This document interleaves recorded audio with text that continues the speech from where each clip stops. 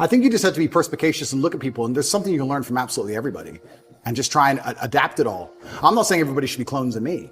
For everyone's individual, right? But there might be some things about me they find inspiring that they may adapt and take on board, and then they'll find some things from other people.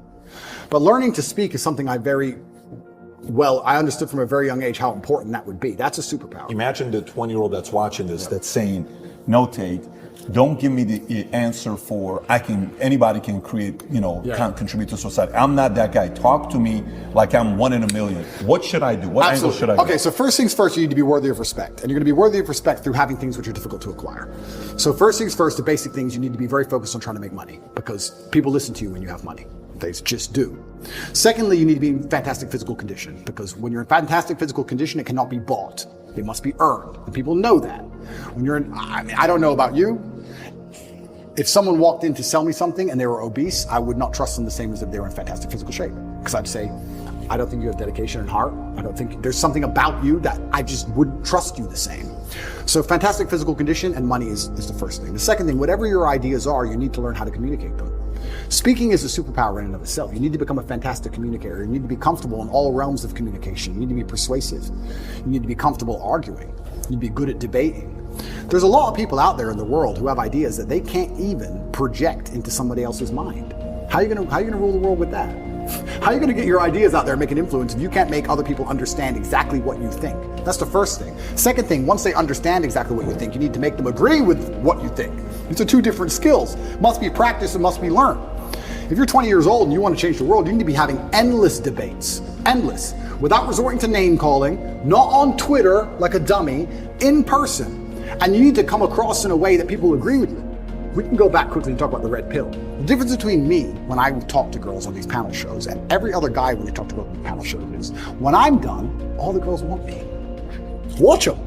Watch the shows. I say the same thing, and by the end, the chicks are in love with me, as opposed to saying the same thing and the chicks thinking I'm a dickhead. That's the difference. I project my ideas and I make them agree with my ideas to a point where they're like, texting me afterwards. I'm not saying anything different, it's how I'm communicating it. You can catch more flies with honey than hurting people sometimes. So you need to be good at everything. You need to have a Swiss Army knife of tools. I know when to be intimidating or aggressive. I know when to come across as obtuse. I know when to come across as exceptionally open-minded and easy to understand. I know when to come across as understanding. I know all these things. This all has to be practiced. And a lot of it is, communication. I would say, if you're going to say to a 20-year-old who's truly exceptional and driven, I'd say you need to become a master communicator. Because once you can do that, you can do anything. And that fixes all the other problems, right? We talk about making money. If you're a master communicator, you do fantastic in sales. You'll kill sales. You'll absolutely destroy sales if you're a master communicator. Not many people know this, but I used to sell windows.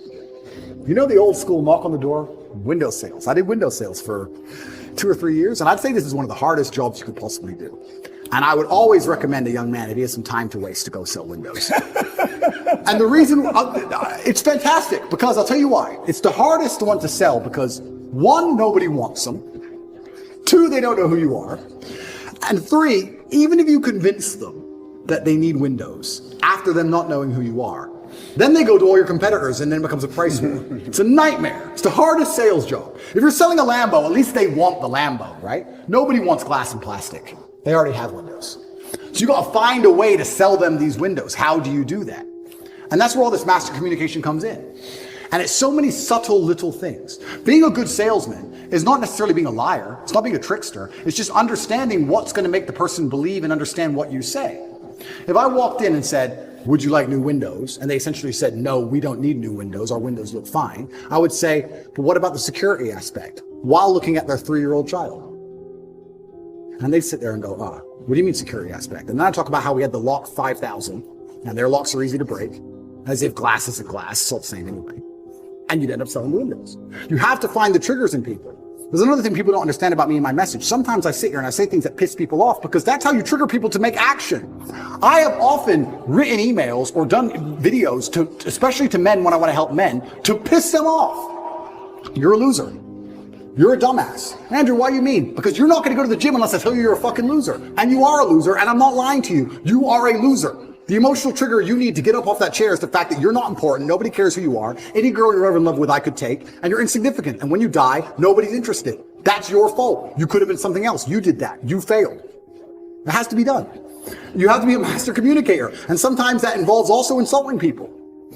It's all a massive tapestry. But to answer your question, for the 20-year-old, he needs to become a master at communicating. But also to be a master at communicating, you also need experiences worth talking about. You have to live a life. You need a degree of wisdom. And wisdom doesn't always come with age. It comes with life lived. I had a guy message me. This was a long time ago when I used to reply to my own emails. Too big now. But he said, I don't have any stories. My life's boring. I said, bro, where do you live? He said, Madrid. I said, bro, ride the train from Madrid to St. Petersburg. Ride the train from Madrid to Vladivostok. Do the Trans-Siberian Railway. Cost you like $300. He goes, oh, but what if I get robbed? Exactly! That's exactly the point! What if you get robbed? Now you have a story. Maybe you'll die, maybe you won't. But you have a story. Don't bring your watch. Have you got a Rolex? No. No one wants to rob you anyway. Don't worry about it. You're brokey. Get on the train.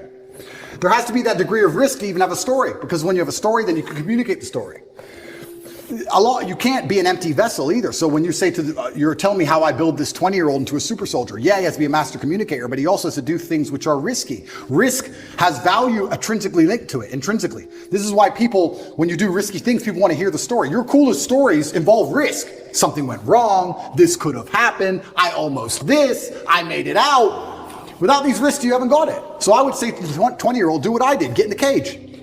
Get in the ring.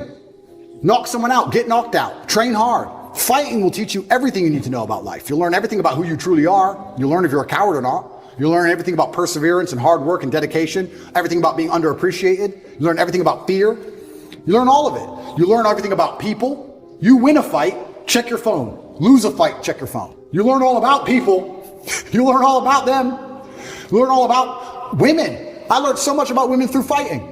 When I had a fight coming up and I was weight drained and I had barely eaten in weeks and I'd lost all this weight and I had a world title fight and I'm fighting a guy who might kill me and she's complaining about the toilet seat. I learned all about women. You learn a lot about life through these difficult processes and paths.